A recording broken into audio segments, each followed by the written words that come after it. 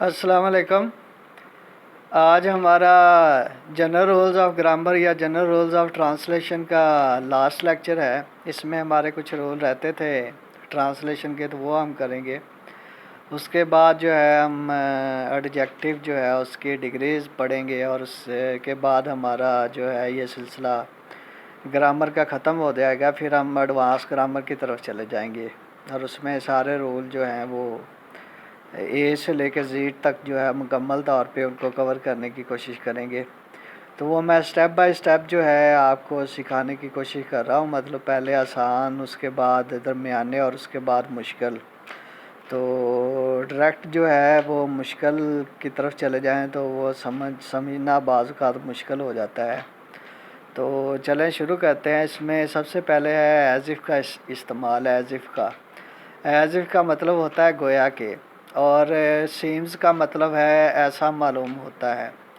As if का मतलब है गोया के, और सीम्स का मतलब होता है ऐसा महसूस होता है या ऐसा मालूम होता है। It seems as if he was lame. ठीक है, तो किसी दोस्त ने पूछा था कि ये वाद के साथ, ही के साथ वैसे तो इज़ इस्तेमाल होता है, तो वर इसके साथ क्यों इस्तेमाल हुआ। ठीक है, तो वर इसके साथ इसलिए इस्तेमाल हुआ कि जहाँ पे आपने कोई नामुमकिन चीज़ या इम्पॉसिबल चीज़ या ऐसी चीज़ के बारे में ज़िक्र करना हो जो हकीकत में नहीं है, तो उसके लिए वाज की जगह पे जो है ना वर इस्तेमाल कर देते हैं हम। ठीक है, सिर्फ इस ये बताने के लिए कि ये हकीकत में ऐसा नहीं है, फ़र्क करने के लिए। अगर हम यहाँ पे लिख दें it seems as if he was lame, तो वो तो एक सादा फ़िक्रा बन जाएगा, जैसे पहले भी मतलब है सादा फ़िक्रा हमने पढ़े थे। आम तौर पे हम कहते हैं कि ही इज़ लेम या he is hard working boy. ठीक है, he is hard working student. तो उसमें क्या है कि उसमें वो हकीकत में ही हार्ड वर्किंग स्टूडेंट है, तो हम उसके लिए कह रहे हैं। हकीकी जुमलों के लिए जो जो चीज़ें हकीकत में ऐसी हैं, तो उनके लिए हम जो है जेन्युइन जो है हेल्पिंग वर्ब यूज़ करते हैं, is am are was were. लेकिन यहाँ पे जो हमने ही के साथ वर यूज़ करने का मतलब ये है बताना कि जो है ना ये हकीकत में ऐसा नहीं है। हम एक इमेजिनरी चीज़ जो है उसको बयान करें, तो उसके लिए वो वर लिख देता है इनके साथ। तो it seems as if he was lame, ऐसा मालूम होता है जैसा कि वो लंगड़ा हो। ठीक है, तो इसका मतलब ये है, लंगड़ा है नहीं लेकिन ऐसा महसूस होता, मालूम होता है कि वो लंगड़ा हो। ठीक है, इसका ये मतलब है। तो इसको जो है वर साथ लगा के, एज़ इफ़ के बाद जो है वर लगा के और माज़ी की हालत लगा के जो है ना आप हमेशा लिखेंगे। इसका उर्दू में तर्जुमा प्रेजेंट का ही होगा, लेकिन उसको जो है माज़ी की फार्म लगा के लिखा जाएगा। माज़ी की भी इसलिए लगाया जाएगा क्योंकि वो जो है एक जो है ना हकीकी चीज़ के बारे में हम बात नहीं कर रहे हैं, इमेजिनरी चीज़ के बारे में बात कर रहे हैं। तो इसलिए मैंने आपको शायद एक पहले लेक्चर में भी बताया था कि अगर आपने ये लिखना हो, जो हमने कंडीशनल सेंटेंसेस पढ़े थे, कंडीशनल सेंटेंसेस में हमने क्या पढ़ा था। एक तो हमने हकीकी सेंटेंस जो है कंडीशनल वाले वो पढ़े थे कि अगर मैं लाहौर गया तो आपके लिए एक पेंसिल ख़रीदूँगा या एक पेन ख़रीदूँगा। If I go to Lahore I will buy a pen for you. उसमें जो है वो हकीकी सेंस में कह रहा है, उसका ख़रीदने का इरादा है, तो वो कह रहा है। एक हमने पढ़ा था if I went to Lahore I would buy a pen for you. तो जब हम इसको पास्ट में कह दें, किसी को पास्ट में कहें, लेकिन उसका उर्दू में मीनिंग जो है वो प्रेजेंट का ही हो, तो उसका मतलब ये होता है कि हम उसको वैसे लारा लगा रहे हैं, हकीकत में वो चीज़ हम करना नहीं चाहते। ठीक है, तो उसके लिए जो है वो हम पास्ट टेंस लगा के उसको करते हैं। ठीक है, जो काम हम करना नहीं चाहते या जो हकीकत में वजूद नहीं रखता, जैसे हम ये कि बाज़ औक़ात कह देते हैं लिखने के वक़्त कि if India and Pakistan went to war it would be a nuclear one. अगर इंडिया और पाकिस्तान जंग शुरू करते हैं तो वो न्यूक्लियर जंग होगी।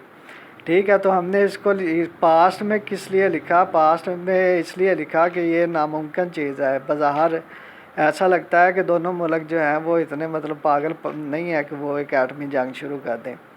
तो जो चीज़ें नामुमकिनात में हों उनको, भले वो फ्यूचर के बारे में बात कर रहे हों हम या प्रेजेंट के बारे में, लेकिन उनको पास्ट लगा के कर देते हैं। यही सूरत हाल इसके साथ है कि हम एक इमेजिनरी चीज़ के बारे में बात कर रहे हैं, तो इसके इसलिए जो है ना एज़ इफ़ लगा के हम तो उसके साथ पास्ट वाली कोई हालत लगा देते हैं। और अगर वाज हो तो उसको हम वर लगा देते हैं, वाज की जगह पे वर लगा देते हैं। प्रेजेंट तो आपने इसके साथ लगाना ही नहीं है, प्रेजेंट लगाएंगे तो वो गलत हो जाएगा। It seems as if he, अगर ही के साथ आर हम लिख देते हैं आर, तो वो वैसे ही गलत हो जाएगा, क्योंकि फिर उसका मतलब होगा कि वो हकीकी तौर पे लंगड़ा है, बिल्कुल जेन्युइन जो है वो हकीकी तौर पे लंगड़ा है। लेकिन हम यहाँ पे चूँकि एक इमेजिनरी चीज़ के बारे में बात कर रहे हैं, तो इसके लिए हमने एक ये नंबर एक उसको पास करके लगाना है, माजी की कोई शक्ल लगानी, और नंबर दो अगर आर है तो उसको हमने वर लगा देना है, इज़ भी नहीं लगाना, इसकी जगह पे वर लगा देना है। ठीक है। It seems as if he were lame, ऐसा मालूम होता है जैसा कि वो लंगड़ा हो। तो एज इफ़ के बाद आपने याद रखना है, एक तो वर लगाना है, दूसरा पास की कोई शक्ल लगानी है। ठीक है। जैसे ये आगे जुमला, it seems as if war would break out, ऐसे नज़र आता है कि जंग शुरू हो जाएगी। ठीक है। लेकिन वो बज़ाहिर नामुमकिनात में है, तो इसलिए जो है वुड, विल के बजाय जो है वुड लिख दिया। अगर हम विल लिख देंगे तो इसका मतलब ये होगा कि हम ये मुकम्मल तौर पे यकीन रखते हैं कि 100% यकीन है हमें कि जंग शुरू होने वाली है। ठीक है। तो ये यकीन और मुमकिन और नामुमकिन में ये फ़र्क करने के लिए जो है ना, अगर नामुमकिन हो तो उसको जो है ना आपने माजी की कोई शक्ल कर देना है। It seems as if war would break out. ठीक है। उसके बाद आगे, it seems as if he were ill, ऐसा नज़र आता है कि जैसे वो बीमार हो। हम वैसे भी अपनी रोज़मर्रा की लैंग्वेज में भी यूज़ करते हैं ना, एक बंदा अच्छा भला होता है, उसको वैसे तो कोई बीमारी नहीं होती, लेकिन हम उसको मतलब उसकी किसी न किसी हरकत की वजह से कह देते हैं कि ऐसा लगता है जैसे ये बंदा बीमार है। ठीक है। तो उसको हम जो है ना, वैसे उर्दू में तो ये कह दिया कि ऐसा लगता है जैसे ये बंदा बीमार है, लेकिन जब हम उसकी अंग्रेज़ी करेंगे तो उसको इसकी बजाय जो है ना हम वर लिखेंगे। ठीक है। It seems as if he were ill. ठीक है। उसके बाद आगे, if I were rich I would help the poor. ये किसी ने पूछा था दोस्त ने कि इफ़ आई वर के साथ जो है इफ़ और आई वर का इस्तेमाल, तो इफ़ और आई वर का इस्तेमाल जो है ये भी एक नामुमकिन चीज़ जो है उसके लिए, तमन्नाई कोई चीज़ हो तो उसके लिए इस्तेमाल होता है कि अगर मैं अमीर हूँ तो मैं गरीबों की मदद करूँगा। ठीक है। अगर मैं अमीर होता तो मैं गरीबों की मदद करता। If I were rich I would help the poor. ठीक है। तो ये मतलब वो है तो नहीं अमीर, लेकिन वो एक तमन्ना ज़ाहिर कर रहा है, तो उसके लिए जो है ना हमने माजी की हालत लगाई, इफ़ आई वर रिच। अगर वो हकीकी तौर पे मतलब अमीर हो और लोगों की हेल्प करना चाहे तो वो कहेगा I am rich therefore I want to help the poor. तो फिर तो वो इस तरह लिखेगा कि I am rich and I want to help the poor. ठीक है। लेकिन ये चूँकि यहाँ पे एक नामुमकिन चीज़ के बारे में कह रहा है, तो इसलिए अंग्रेज़ों ने ये चीज़ मुतारफ़ करवाई, इफ़ आई वर रिच। ठीक है। If I were rich I would help the poor. ठीक है। तो दूसरा भी इसमें माजी आ गया, विल की जगह पे वुड आ गया, चूँकि पहले वर इस्तेमाल हुआ है, तो अगला भी क्या आ गया, वुड आ गया विल की जगह पे। If I were rich I would help the poor. इसी तरह if I were you I would work hard. अगर मैं आपकी जगह पे होता तो मैं सख्त मेहनत करता। ठीक है। If I were you I would work hard. उम्मीद है आपको इसकी समझ आ गई होगी, अगर ना आई हो तो मुझे दोबारा आप पूछ लेना। उसके बाद आ गया अनलेस का इस्तेमाल, अनलेस और अनटिल का इस्तेमाल। एक बात आपने याद रखनी कि अनलेस जो है ये शर्त के लिए इस्तेमाल होता है। अनलेस किसके लिए इस्तेमाल होता है, ये शर्त के लिए इस्तेमाल होता है। और अनटिल जो है ये होता है वक़्त के लिए इस्तेमाल। अनलेस का तर्जुमा आप ये कर सकते हैं बशर्ते के, लेकिन अनटिल जो है इसका मतलब जो है जब तक। ठीक है। वक़्त के लिहाज से जब वक़्त के बारे में आपने बताना हो तो उसमें जो है अनटिल आएगा, लेकिन जब आपने शर्त के बारे में बात करनी हो तो उसमें अनलेस आएगा बशर्ते के। ठीक है। दूसरी बात आपने ये याद रखनी कि डोंट यूज़ जो है ना, इसमें आपने अनलेस के बाद आपने डू नॉट जो है वो इस्तेमाल नहीं करना, नॉट आपने इस्तेमाल नहीं करना, क्योंकि अनलेस अपने आप में ही नॉट है। तो जब आप इसके साथ मज़ीद नॉट लिख देंगे, ठीक है, तो वो डबल हो जाएगा। मज़ीद नॉट लिखेंगे तो वो डबल हो जाएगा। और ये करेक्शन में भी पूछते हैं, अनलेस के बाद उन्होंने फिर नॉट लिखा होता है। ठीक है। तो वो गलत होता है, क्योंकि अनलेस अपने आप में नॉट है, तो इसके साथ आप नॉट मज़ीद नहीं लिखेंगे। आगे चलते हैं इसकी मिसालों की तरफ। I will not forgive you unless you speak the truth. तो इसका मतलब ये है कि मैं आपको माफ़ नहीं करूँगा बशर्ते कि आप जो है सच बोलो, या जब तक आप सच नहीं बोलोगे मैं आपको माफ़ नहीं करूँगा। इसको आप बशर्ते भी लिख सकते हैं, जब तक भी लिख सकते हैं। लेकिन ये शर्त की सेंस में आएगा, ठीक है। I will not forgive you unless you speak the truth. तो इसको आपने ऐसा नहीं लिख देना I will not forgive you unless you do not speak the truth. इसको ऐसा नहीं लिखना unless you do not speak the truth. अगर ऐसे लिखेंगे तो ये गलत हो जाएगा, क्योंकि अनलेस अपने आप में इसका मतलब नॉट ही के सेंस में आता है, ठीक है। इसी तरह आगे आगे unless you finish your work I will not let you go. जब तक आप अपना काम मुकम्मल नहीं करते तो मैं आपको जाने नहीं दूंगा, ठीक है। तो इसमें भी ये शर्त की सेंस में आया है। आगे आते हैं हम अनटिल की तरफ। अनटिल आता है टाइम के लिए। अनटिल किसके लिए आता है? टाइम के लिए। मतलब इसका भी वही है जो अनलेस का है, लेकिन अनलेस शर्त के लिए आता है, अनटिल जो है ये टाइम के लिए आता है। Please wait until he succeed. तो इसमें इसमें इसने टाइम की सेंस में इसने लिखा है कि जब तक वो कामयाब नहीं होता आप जो है इंतज़ार करें, ठीक है। नीचे वाला अगली जो इसकी मिसाल है उससे आपको अच्छी तरह से इसकी समझ आ जाएगी। You can go out and play until it gets dark. आप खेल सकते हो जब तक सूरज ढलने तक आप खेल सकते हो। सूरज ढलने तक आप बाहर जाकर जो है खेल सकते हो। तो इसमें उसने किस बात का जिक्र किया? टाइम का, वक़्त का जिक्र किया। तो इसके लिए हमने क्या इस्तेमाल किया? अनटिल इस्तेमाल कर दिया। अब ये आपकी चॉइस है कि आप अनलेस इस्तेमाल करते हो या अनटिल इस्तेमाल करते हो। अगर आप वक़्त के बारे में, शर्त के बारे में बात करना चाहते हो तो आप इस्तेमाल कर दोगे अनलेस, और अगर आप जो है वक़्त के बारे में बात करना चाहते हो तो आप उसको अनटिल इस्तेमाल कर दोगे। इसके बाद आ गया फ्यू, नंबर 5 पे। अब फ्यू का मतलब होता है कलील सी तादाद के लिए ये इस्तेमाल होता है।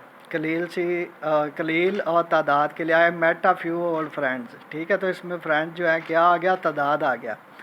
मैं अपने चंद दोस्तों से मिला। I met a few friends. एक तो ये कलील तादाद के लिए, कलील के लिए इस्तेमाल होता है, कलील के लिए। और दूसरा ये होता है इस्तेमाल जो है तादाद के लिए। इसमें फ्रेंड जो है उनको गिना जा सकता है। उसके बाद आ गया मिकदार के लिए। आ लिटल इस्तेमाल होता है मिकदार के लिए। I want a little milk, ठीक है। तो इसमें मिल्क क्या है? ये मिल्क इसमें मिकदार है, ये तादाद नहीं है। जैसे फ्रेंड्स ऊपर तादाद है, फ्रेंड्स को गिना जा सकता है, ठीक है।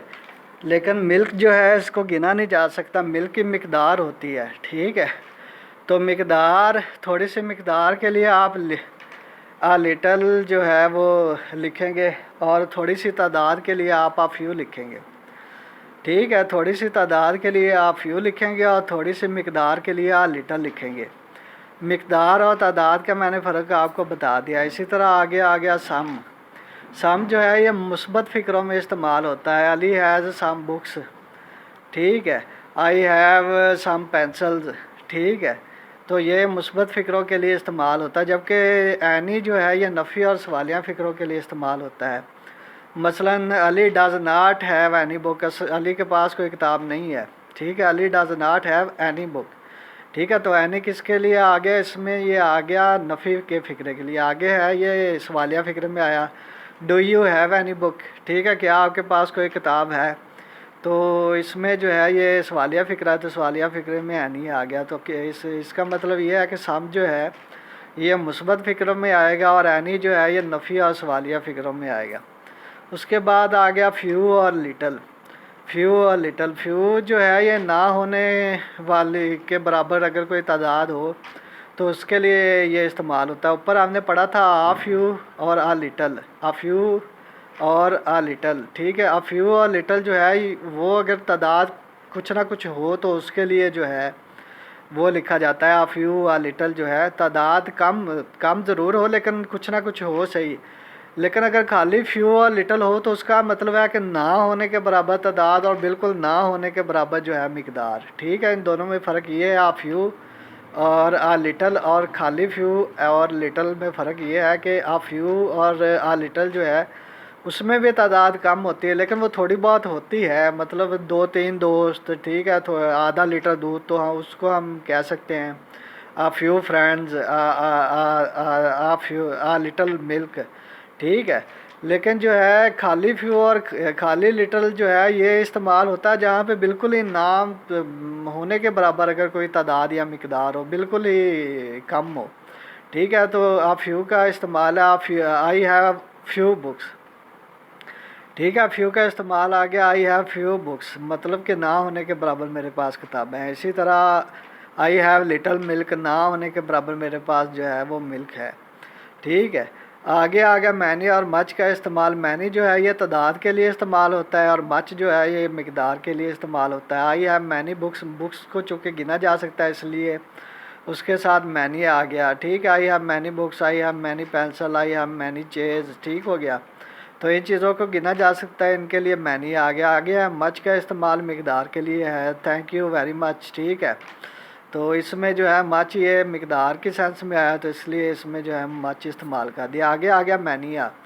मैनिया जो है इसमें हम सिंगल नाउन इस्तेमाल करते हैं और सिंगल ही वर्ब इस्तेमाल करते हैं। ये आपने याद रखना, मैनिया के साथ आप सिंगल ही नाउन इस्तेमाल करते हैं और सिंगल ही आप जो है ना हेल्पिंग वर्ब भी इस्तेमाल करते हैं, लेकिन इसका मतलब जो होता है ना वो प्लूरल, जब हम इसका तर्जमा करेंगे तो वो जमा का करेंगे। ठीक है। ये लिखने में जो है इसको आप इसके साथ जो है नाउन जो है सिंगल लिखेंगे। ठीक है। और हेल्पिंग वर्ब जो है वो भी सिंगल वाली इस्तेमाल करेंगे, लेकिन जब आप इसका तर्जमा करेंगे तो वो जमा की सूरत में आएगा। जैसे ये है मैनी अ पॉलिटिशियन है प्रॉमिस टू ब्रिंग प्रॉस्पेरिटी। ठीक है। मैनी आ गया, उसके साथ पॉलिटिशियन जो है, पॉलिटिशियन ये सिंगुलर आ गया। ठीक है। पॉलिटिशियन के साथ आपने एस नहीं लगाना और ना ही लगाया है। ठीक है। इसी तरह आगे हैव की जगह पे हैज़ लिखा है। ठीक है। लेकिन जब आप इन्हें इसका तर्जमा करना है तो इसका आपने ये तर्जमा करना है कि बहुत से सियासतदान, बहुत से सियासतदान। ठीक है। Many a politician has promise to bring prosperity, बहुत से सियासतदानों ने प्रॉस्पेरिटी लाने का वादा किया था। ठीक है। इसी तरह आ गया many a policeman has come to arrest him. ठीक है। इसमें भी पुलिस मैन इस्तेमाल हुआ है, मैन की बजाय मैन इस्तेमाल हुआ है, MAN मैन, पुलिस मैन। और हैव की बजाय हैज़ इस्तेमाल हुआ है, कम टू अरेस्ट हिम। ठीक है। तो इसमें भी आप जो है ना इसको जब आप तर्जमा करेंगे तो इसका आप ज़्यादा जो है पुलिस वाले जो है उसकी सेंस में करेंगे कि पुलिस वाले उसको पकड़ने के लिए आ चुके हैं। ठीक है। उम्मीद है इसकी समझ आ गई होगी। आगे हम बात करते हैं आल और होल की। आल जो है ये तादाद के लिए है और होल जो है वो मिकदार के लिए है। I have lost all my books. ठीक है। तो इसमें बुक्स क्या आ गया, तादाद आ गया, मैं अपनी तमाम किताबें जो है वो गंवा चुका हूँ। ठीक है। तो आल इसमें जो है तादाद के लिए आ गया और होल जो है ये मिकदार के लिए है। The guest kept awake the whole night, जो मेहमान है वो सारी रात जो है वो जागता रहा। तो इसमें होल नाइट क्या आ गया, मिकदार आ गया। The guest kept awake the whole night, जो मेहमान सारी रात जागता रहा। ठीक है। तो इसमें होल नाइट जो है मिकदार के सेंस में आ गया और आल माई बुक्स जो है ये तादाद के लिए आया। ठीक है। आगे हम लास्ट में करेंगे काजेटिव वर्ब्स। काजेटिव वर्ब होती हैं किसी से कोई काम करवाना और इसका बहुत ज़्यादा इस्तेमाल होता है, इसको आपने अच्छी तरह करना है और ये जो है तर्जमा करते वक्त इस्तेमाल होते हैं, ये बहुत ही अहम है। ये किसी से कोई काम करवाना, मसलन मैं उर्दू में कहता हूँ कि मैंने अपने जूते पॉलिश करवाए, तो किसी से करवाए ना, मैंने अपने जूते पॉलिश खुद नहीं किए, मैंने किसी से करवाए। पहले जितने भी हमने पढ़े हैं उसमें कोई बंदे का हम बात करते हैं और वो बंदा कोई ना कोई काम कर रहा होता है, लेकिन इसमें जो है हम कहते हैं कि मैंने ये काम करवाया। ठीक है। मैंने अपने जूते पॉलिश करवाए। ठीक है। मैंने अपनी गाड़ी धुलवाई। ठीक है। तो ये इसके लिए आता है ये काजेटिव वर्ब्स। तो इसमें जो है इनका तर्जमा करने के लिए मेक का इस्तेमाल करते हैं, गेट का इस्तेमाल करते हैं और हैव का इस्तेमाल करते हैं। अगर माजी की बात करनी हो तो हैड का इस्तेमाल करते हैं, हैव को हैड लिखेंगे, मेक को मेड लिखेंगे। ठीक है। और इसी तरह गेट को गॉट लिखेंगे। ठीक है। तो थर्ड फॉर्म जो है हैव और गेट और हैड के बाद जो है आपने थर्ड फॉर्म लिखनी है, कि इसके बाद गेट, हैव और हैड के बाद आपने वर्ब की तीसरी फॉर्म इस्तेमाल करनी है। इसका नीचे मैंने आपको मिसाल दिया, I had the naughty boy punished, मैंने शरारती बच्चों को सज़ा दिलवाई। दिलवाई पे आपने गौर करना कि किसी से आपने सज़ा दिलवाई। ठीक है। I had the naughty boy punished, तो इसमें वर्ब की कौन सी फार्म आ गई, तीसरी फार्म आ गई। हमने पढ़ा कि हैव, हैड और गेट के बाद वर्ब की तीसरी फार्म आ गई। ठीक है। I had the naughty boy punished, मैंने शरारती बच्चों को सज़ा दिलवाई। इसी तरह I got my shoe polished, I got my shoe polish, मैंने अपने जूते पॉलिश करवाए। ठीक है। किया नहीं करवाए, मैंने अपने जूते पॉलिश करवाए। तो उसके साथ गेट की जगह पे उसकी दूसरी फार्म आ गई गॉट और वर्ब की तीसरी फार्म आ गई पॉलिश, पॉलिश की आ गई पॉलिश्ड। ठीक है। इसी तरह आगे आ गया फर्स्ट फॉर्म आफ्टर मेक और मेड। मेक और मेड के बाद जो है आपने पहली फॉर्म इस्तेमाल करनी है, ठीक है। हैव, हैड और गेट के बाद जो है आपने तीसरी फार्म इस्तेमाल करनी वर्ब की, जबकि मेक और मेड के साथ आपने वर्ब की पहली फार्म इस्तेमाल करनी। जैसे the joker made us laugh, the joker made of laugh, joker ने हमें हंसाया, ठीक है। जोकर ने हमें हंसाया, the joker made us laugh, ठीक है। तो इसमें मेड आ गया और साथ वर्ब की कौन सी फार्म आ गई, पहली फार्म आ गई, लाफ आ गया, ठीक है। इसी तरह I make him smile every day, मैंने उसको स्माइल करवाया, ठीक है। हर रोज़ स्माइल करवाया, मैंने उसको हर रोज़ स्माइल करवाया। आई मेक हिम स्माइल, ठीक है। तो मेक के बाद वर्ब की कौन सी फार्म आ गई, पहली फार्म आ गई, स्माइल एवरी डे। तो ये हमारा जो है जनरल रूल्स ऑफ ग्रामर का लास्ट लेक्चर था। इसके बाद जो है अगले लेक्चर में हम उसकी हालतें पढ़ेंगे, डिग्रीज पढ़ेंगे इसकी एडजेक्टिव की, और उसके बाद जो है हम एडवांस ग्रामर के कुछ रूल हैं वो करेंगे। उसके साथ मैं आपको कुछ अल्फाज की लिस्ट हैं, सेंटेंस कनेक्टर्स की लिस्ट है इससे, ठीक है, और प्रपोजिशनल फ्रेजेस की लिस्ट है वो दूंगा, वो करवाऊंगा, ठीक है। बहुत सारी चीज़ें रहती हैं एडवांस ग्रामर के मुद्द में, वो मैं आपको करवाऊंगा। और उसके बाद जो है हम करेंगे करेक्शन करेंगे। तो उम्मीद है आपको इसकी समझ आ गई होगी। अगर किसी चीज़ की समझ ना आए तो आप जो है बिलातकल्लफ मुझको पूछ सकते हैं, क्वेश्चन कर सकते हैं। तो मैं जो है मैं वहाँ से व्हाट्सएप ग्रुप से मेरा नंबर लेके डायरेक्ट भी क्वेश्चन कर सकते हैं आप। तो कोशिश करें इनको जो है याद करके इसका जो है ज़्यादा से ज़्यादा इस पे मेहनत करने की। शुक्रिया।